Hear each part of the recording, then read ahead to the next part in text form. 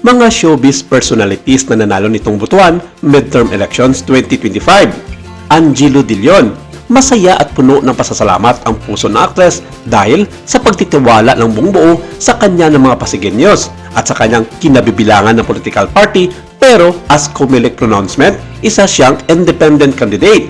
Si Angelo De Leon ang nangunguna din sa pagkakonsyal sa District 2 ng Pasig kung saan nakakuha siya ng 143,679 votes o 62% sa kabuang botante na nasabing lungsod.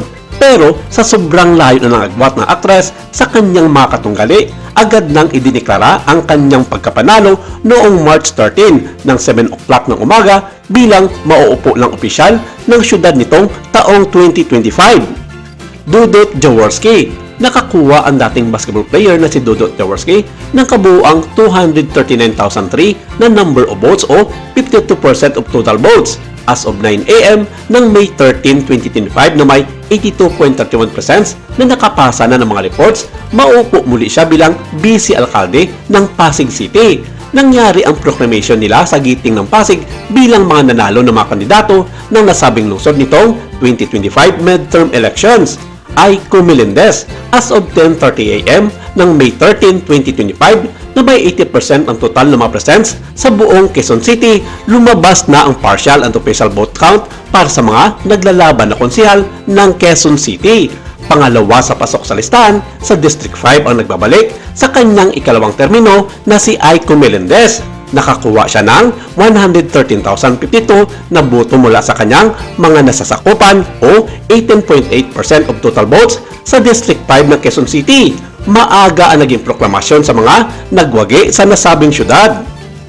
Alfred Vargas, katulad ni Aiko Melendez as of 6:45 AM ng May 13, 2025 na may 80% ng presence reporting, pangatlo sa listahan ng mga nanalo si Alfred Vargas na mayroong 105,031 na nakuhang boto o 12% of total votes. Si Alfred ay isa ring tumatakbong konsyal para sa District 5 ng Quezon City. Pangalawang termino na ito ni Alfred matapos makipagpalit sa kapatid nitong si PM Vargas bilang kinatawan ng syudad sa mababang kapulungan. Naiproklama si Alfred bilang nanalong konsyal bago pa magtanghali ng May 13, 2025. Arjo Atayde, sa kanyang ikalawang termino, nakuha naman ni Arjo ang unang pwesto sa pagka-congressman sa District 1 ng Quezon City na nakakuha ng 69,951 votes o 4.82% total votes sa nasabing distrito at ito ay as of 5:31 AM ng May 13, 2025 na may 78.80% na presence reporting. Matatandaang kasama si Arjo sa mga inendorso ng religious group na Iglesia ni Cristo at malaki ang pasasalamat niya sa mga ito. Ang proklamasyon ni Arjo ay maaga ring ginawa kasama ng iba pang mga nanalo sa syudad. James Yap, muling maupo bilang District 1 Councilor ng San Juan ang basketball player na si James Yap na nasa ikalawang pwesto ng bilangan. As of 9:32 AM ng May 13, 2025, nakakuha siya ng 14,298 number of votes o 15.32% total of votes mula sa 85% of presence reporting sa naturang syudad.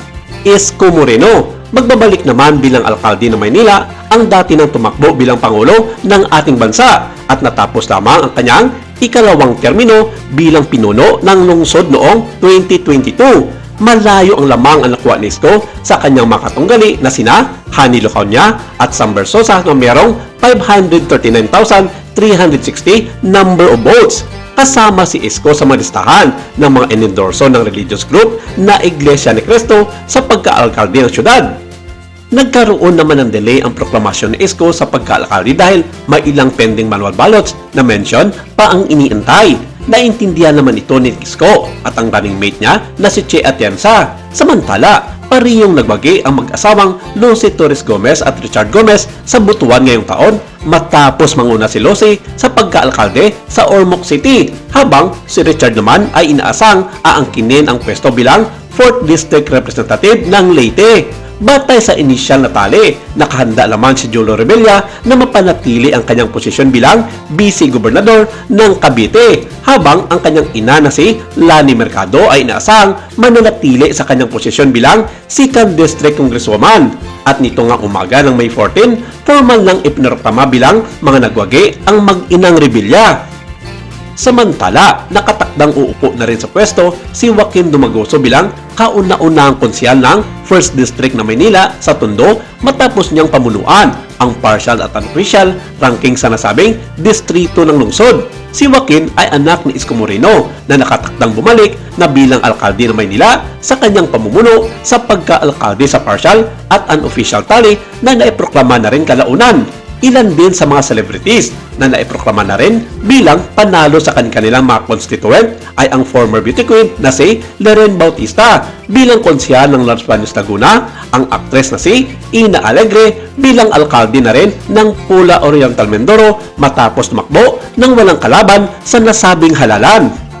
Dagdag rin sa mga nagwaging celebrities nitong 2025 midterm elections ay ang aktor na si Tony Alarcon bilang provincial board member ng 1st District ng Rizal, habang ang veteran aktor ng pelikula na si Lo Biloso ang nanguna sa partial ranking para sa councilor race sa Manila's 6th District, kung saan naiproklama na rin bilang nanalo sa kanyang posisyon kalaunan. Samantala, isa rin sa mga malalaking pangalan sa industriya ang nagwagi sa nasabing eleksyon ay ang pagbabalik ni Vilma Santos Recto sa local governance bilang gobernador ng Batangas. Nakuha rin ng kanyang anak na si Ryan Christian Recto ang mga numero para makakuha ng pwesto sa Kongreso sa 6th District ng Batangas, kung saan pareho silang naiproklama na bilang mananalong kandidato sa kanilang probinsya.